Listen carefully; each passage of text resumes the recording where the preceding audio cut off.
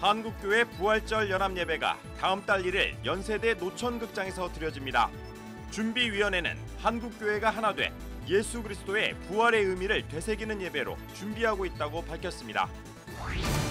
제주 4.3 사건 70주년을 맞아 한국기독교교회협의회가 제주 평화기행을 진행했습니다.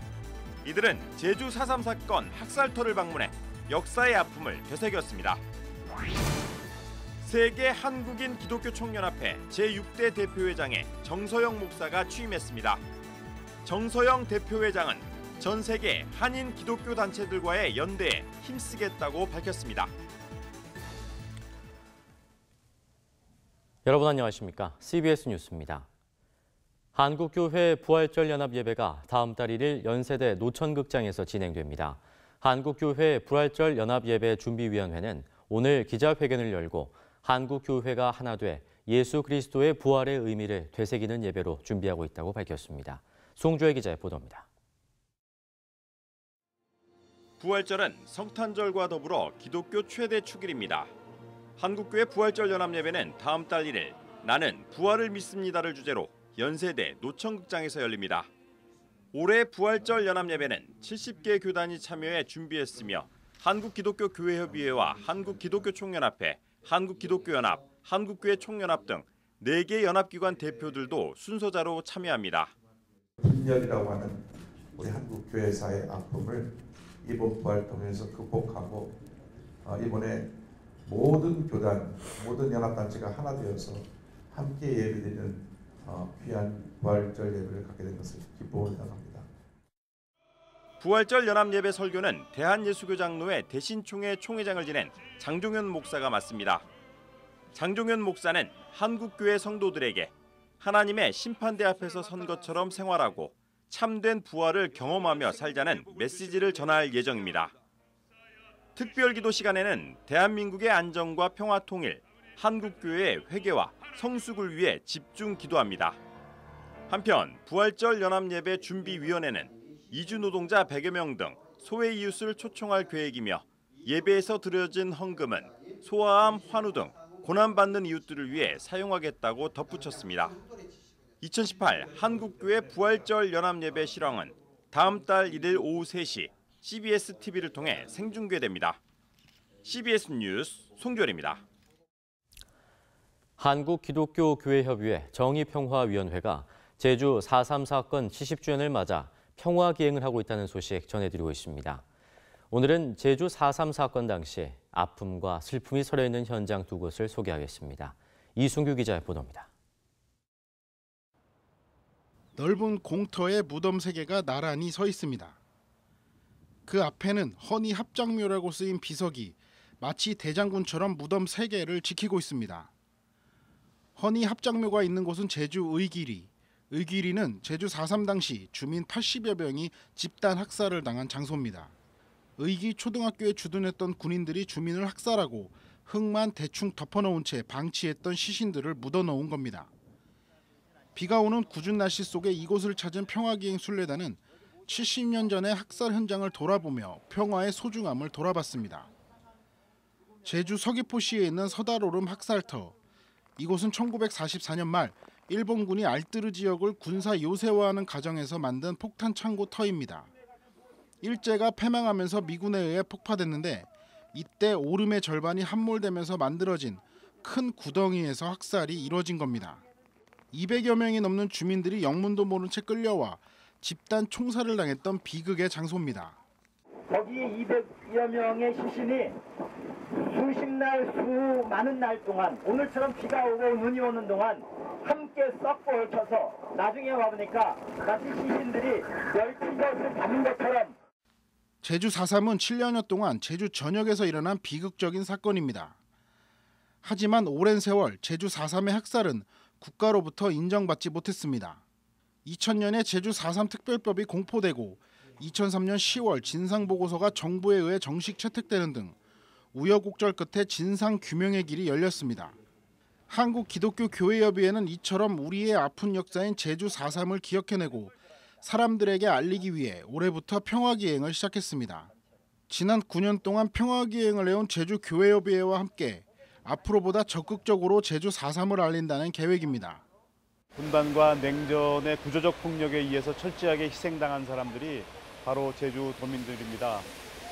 이 분단의 상처를 어떻게 치유하고 화해하느냐라고 하는 것은 앞으로 우리가 평화 통일을 이루는 과정에서 반드시 해결해야 될 과제라고 하는 그런 생각을 하게 됐습니다.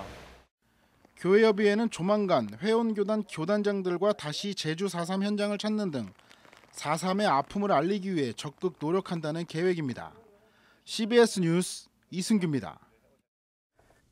세계 한국인 기독교 총연합회 세기총 제6대 대표회장에 정서영 목사가 오늘 취임했습니다. 정서영 대표회장은 교회 일치와 연합을 이루고 전 세계 한인 기독교 단체들과 연대하는 일에 힘쓰겠다고 밝혔습니다. 보도에 박성석 기자입니다. 출범 6년차를 맞은 세계 한국인 기독교 총연합회, 즉 세기총이 새로운 발전의 전기를 마련했습니다. 교회 연합운동에 힘써온 한국기독교연합 직전 대표회장인 정서용 목사가 세기총 제6대 대표회장에 취임했기 때문입니다. 어느 대표회장 취임식 때보다도 많은 사람들이 참석해 성대하게 열린 것도 세기총에 대한 기대감이 반영된 결과로 풀이됩니다. 올해 부활절 연합예배 설교자로 선정된 백석대학교 설립자이자 총장인 장종현 목사는 설교를 통해 모든 일에 하나님의 뜻을 구하고 동역자들과 소통하는 지도자가 되어주길 당부했습니다. 장 총장은 이어 분열된 한국교회를 하나로 만들고 한국교회를 살리는 일에 세기총이 앞장서 줄 것을 요청했습니다. 또한 한국교회의 가장 시급한 개혁 과제도 바로 연합입니다. 세계총이 해야 할 일은 하나님의 뜻에 합당한 한국교회를 세우고 선교사를 전 세계에 파송하고 세계 속에 흩어진 한국인들을 하나 되게 만드는 것입니다. 이에 새로 취임한 정서영 대표회장은 한국교회 일치와 연합을 위해 힘쓰겠다고 화답했습니다. 정서영 대표회장은 또 전 세계 한인 교회들과 함께 매달 한 번씩 통일 기도회를 열어 남북 평화 통일을 위한 기도 운동을 전개하겠다고 밝혔습니다. 그리고 해외에서도 미국, 일본 등등 우리 세계 한국인 기독교 총연합회와 회원으로 다 관계를 맺고 있는 세계 각처에서 통일 기도회를 계속할 겁니다. 세기총은 지금까지 미주 지역을 비롯해 유럽, 남미, 아시아 지역의 한인 기독교 단체들과 교류 협정을 마무리했으며 올해는 남은 지역인 아프리카 한인 기독교 단체들과의 연대 방안을 모색할 방침입니다. 정서영 대표회장 체제를 맞아 세기총이 전 세계 한인 기독교 단체들과의 연대를 통해 750만 한인 디아스포라를 하나로 묶어낼 수 있을지 귀추가 주목됩니다. CBS 뉴스 박성석입니다. 교회 대표자인 목사의 해임은 위임계약 해지로 설명할 수 있으며 사원총회로 판단되는 공동의회에서 그 대표자를 해임할 수 있다는 주장이 제기됐습니다.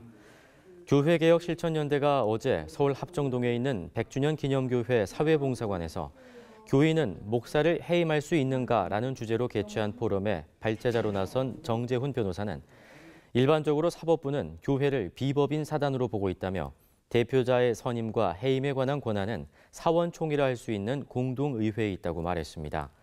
경상대학교 백종국 교수는 현 교단의 구조는 암묵적으로 목사를 보호하는 시스템으로 이루어져 있다며 때문에 교단 헌법에 얽매이지 않는 교회 내 모범 정관 도입이 필요하다고 지적했습니다. 기독교 윤리실천운동이 부채를 극복하고자 하는 청년들을 위해 적극 나서기로 했습니다.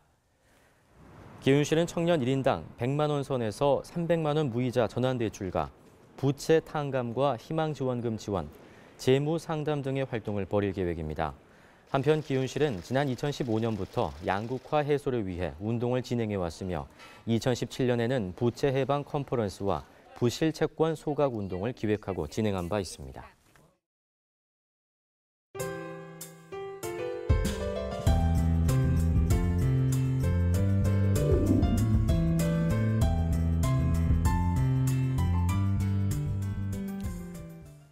문화 현장 시간입니다. 완연한 봄 기운과 함께 관객들을 찾아온 기독 뮤지컬과 영화 소식을 전합니다.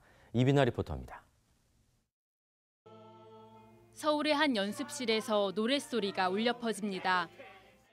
세상이 널 속여도 난 너의 편이 돼줄게. 모두가 등 돌려도 나만은 여기 서 있을게. 창작 뮤지컬 요셉의 연습 현장으로 초연을 앞두고 있습니다. 뮤지컬 요셉은 2013년 대한민국 문화예술인 대상을 수상한 최무열 감독의 작품으로 취업 준비생인 주인공이 구약시대로 이동해 성소 속 요셉의 삶을 살아가게 되는 이야기입니다. 척박한 광야에서 꿈을 꾸었던 요셉의 삶을 통해 이 시대의 청년들에게 위로를 건넵니다.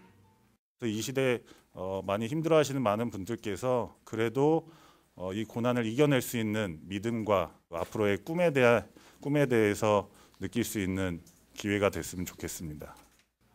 뮤지컬 요셉은 다음 달 14일까지 매주 토요일마다 관객들을 만납니다.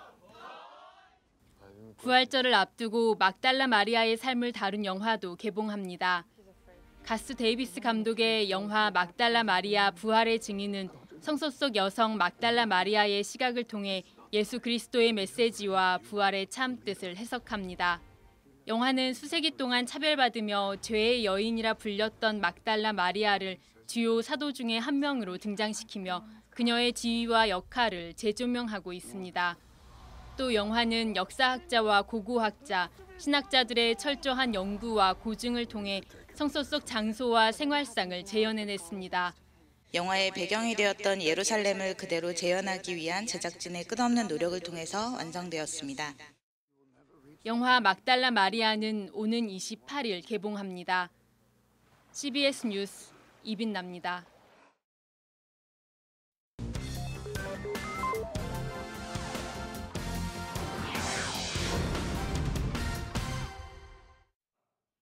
이어서 간추린 지역 소식입니다.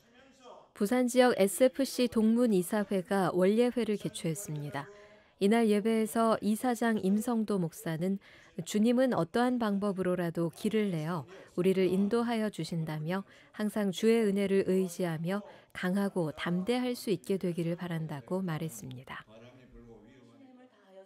대한예수교장로회 통합총회 여수노회 여전도회 연합회가 신임 회장의 김영옥 권사를 추대했습니다. 하나님의 영광을 위하여 항상 열심히 주님만을 따르는 선진 여성들처럼 그들의 발걸음을 뒤쫓아가면서 여수 성은교회 변영원 목사는 교회를 향한 여전도회의 사명을 다시금 되새기며 예수 중심의 여전도회 연합회가 될 것을 당부했습니다. 순천 YWCA 합창단이 창립 72주년을 맞아 정기 연주회를 열었습니다. 모든 사람들이 함께 모여서 함께 시대의 아픔을 함께 공감하면서 또 나누고 또 사랑을 나누는 그런 시간으로 저희들이 마련해 보았습니다. 합창단은 성가곡과 대중가요를 연주했으며 이두성 마이미스트와 순천 생명숲 돌봄센터 아이들이 특별 출연해 아름다운 마임과 음악을 선사했습니다.